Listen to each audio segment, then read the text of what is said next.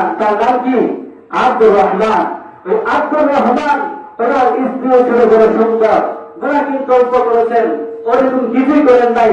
কিন্তু এই সাহাবী এমন ভাবে নিজেকে সংশোধন করতে চেয়েছেন, অল্প একটু ঘোরা করে এমন ভাবে আল্লাহর কাছে হাহাকারি করেছেন যে আহাদারি করতে দেরি হয়েছে, আল্লাহ পাক রব্বুল আলামিন তার জীবনের সমস্ত গুনাহ ক্ষমা করতে দেরি করেন নাই।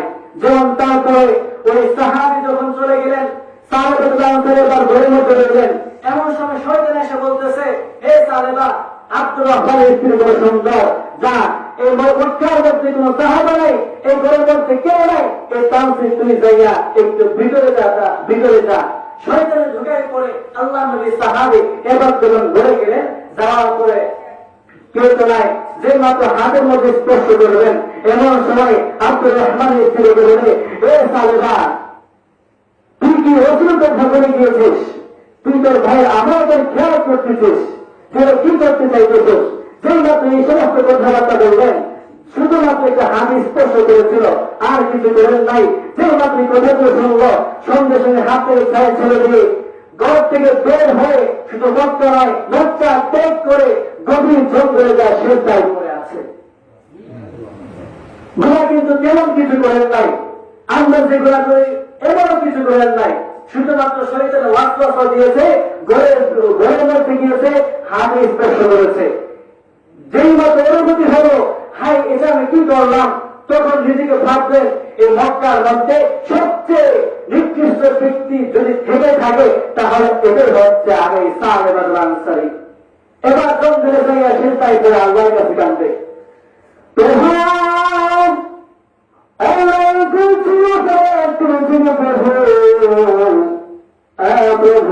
অনেক বড় ভুল করেছি গো প্রভু, তুমি আমাকে ক্ষমা না করে প্রভুকে ক্ষমা করবে। আল্লাহ নবী সাহাবী সালেবা আনসারী সিজদায় পড়ে কাঁদতেছে, আল্লাহর কাছে হাজারি করতেছে।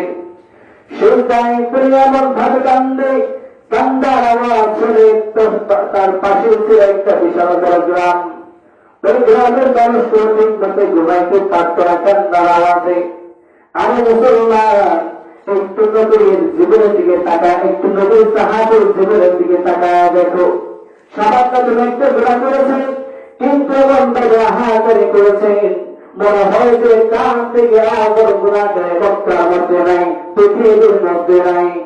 এবার আল্লাহ নবীর সাহাবী সালেবা আনসারী সিজদায় পড়ে কান্দে, আর বলতেছে, প্রভু অন্যায় করেছি, অপরাধ করেছি, প্রভু তুমি আমাকে ক্ষমা করে দাও।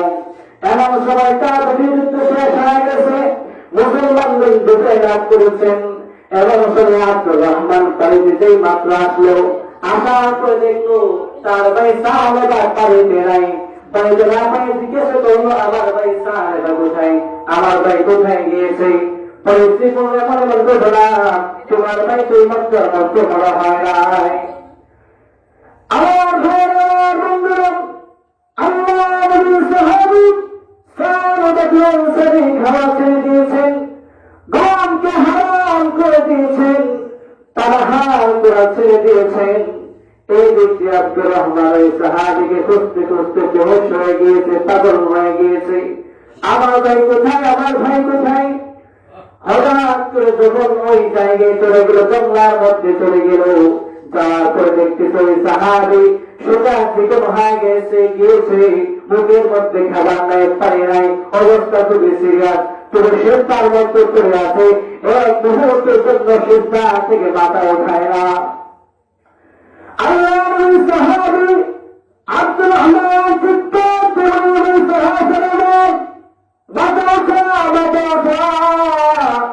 আমি তোর ভাই আব্দুর রহমান চলে এসেছি, এক মুহূর্তের জন্য আমার সাথে কথা বল, এক মুহূর্তের জন্য আমার সাথে কথা বল।